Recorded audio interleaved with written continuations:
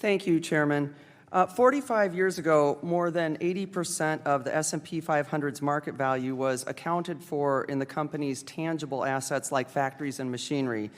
Times have changed, and now, however, that's been reversed.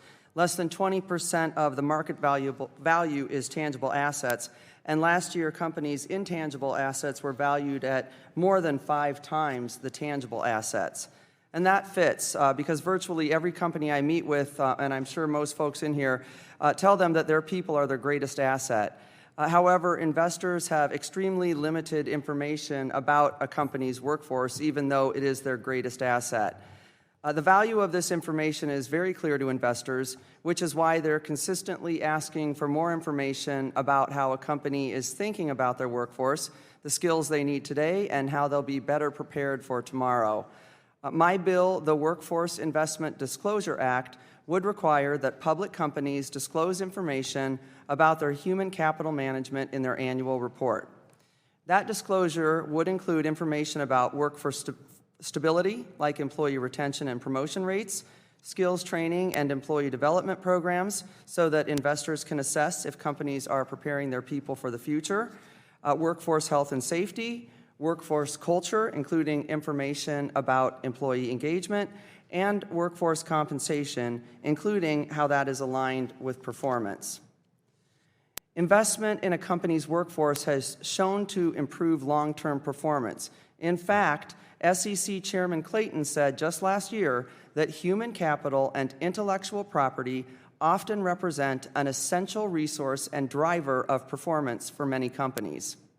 Further, research from the Embankment Project on Inclusive Capitalism, a partnership between asset managers directing $30 trillion and several large corporations, found that U.S. companies that disclose their total human capital costs outperform those who don't.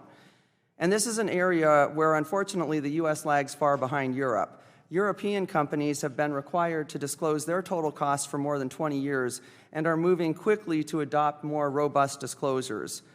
Investors like BlackRock and State Street are making it clear they want more information, and I don't think anyone here wants a world where investors are choosing to invest in European companies over American ones.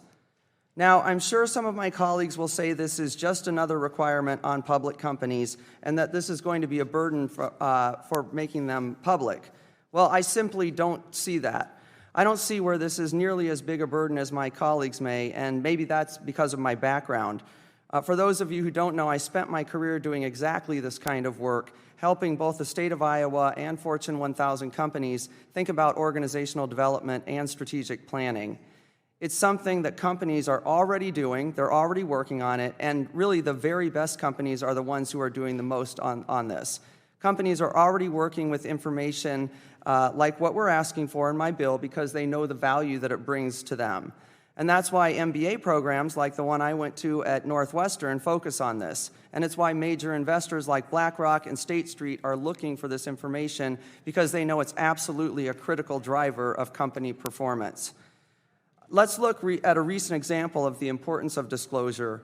The required disclosures before WeWork went public not too long ago saved investors $40 billion. These disclosures matter because they protect investors. I've heard so many people here talk about how to make sure companies are thinking about long-term success rather than short-term profits, and I completely agree. And that's why these investors want that information. We've got a chance here to make the U.S. a leader in helping investors understand the long-term prospects of the companies they're investing in, and, by the way, helping companies perform at higher levels. I want to take this opportunity to bring some transparency to our markets about how companies think about what they view as their very most important asset.